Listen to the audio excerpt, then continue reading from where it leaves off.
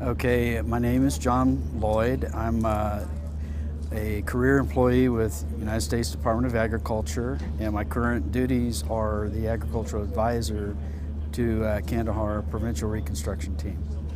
As far as today's meeting went, the agribusiness meeting, could you just give us a brief overview, a synopsis of everything that was spoke about and what the USDA is planning to do to help with the local populace here in Afghanistan?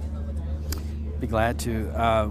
We got word about 2 weeks ago that there were some issues here in Panjwa'i District. Many of the raisin farmers had surplus raisins left over from last season, and they couldn't sell them or market them. So what we did, we brought our team up here. We have our agribusiness advisors, which are local nationals, and we brought a raisin factory owner, and then myself, I'm a farmer. We have raisins on our ranch, and we discussed, things that they possibly can do here to improve the quality and the quantity of their raisins. We also want to help them develop a market so they understand, how they need to process and how they need to get it through the raisin factory and then get it shipped to the consumers. So our goal here today was to try to let them know that we're here to assist them in doing that, but in doing so, we don't want to overwhelm them or have them necessarily use our techniques. We want to be able to incorporate things in their system that will help make it better for them. Now, a lot of the people in the meeting stated some of their concerns about agriculture. What are some of the concerns that some of the men stated that the USDA may be able to assist with? For example, they were talking about cold storage, they were talking about transportation, water development, so on and so forth. Mm-hmm. I think that obviously there are many infrastructure issues that have to be addressed, and if I had to prioritize, I'd have to say water is probably number one, because without both drinking water and irrigation water, they can't really produce the crops. So that's one thing that is going to be longer term, but in the short term we can use the water more efficiently, teach them how to irrigate properly. So that is doable now, but as far as more water supply, right now that's probably not going to happen. On cold storage, the same issue. It deals with infrastructure.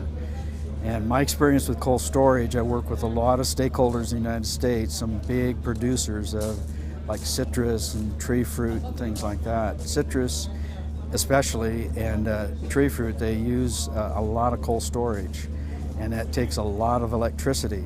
And until they get stable in this area and have a constant source of electricity, it's going to be very difficult to have a cold storage.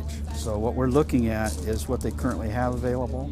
There are some cold storages down in Kandahar City, and they're currently on generator power at the Shurandam Industrial Park. So we believe, as an interim measure, to hook them up with the cold storage operators in that area, use that for now, train those cold storage operators on proper storage and techniques on storing commodities, because you can't just store a commodity the same as you do every other one. They have different needs as far as temperature and humidity, so we want to teach them that.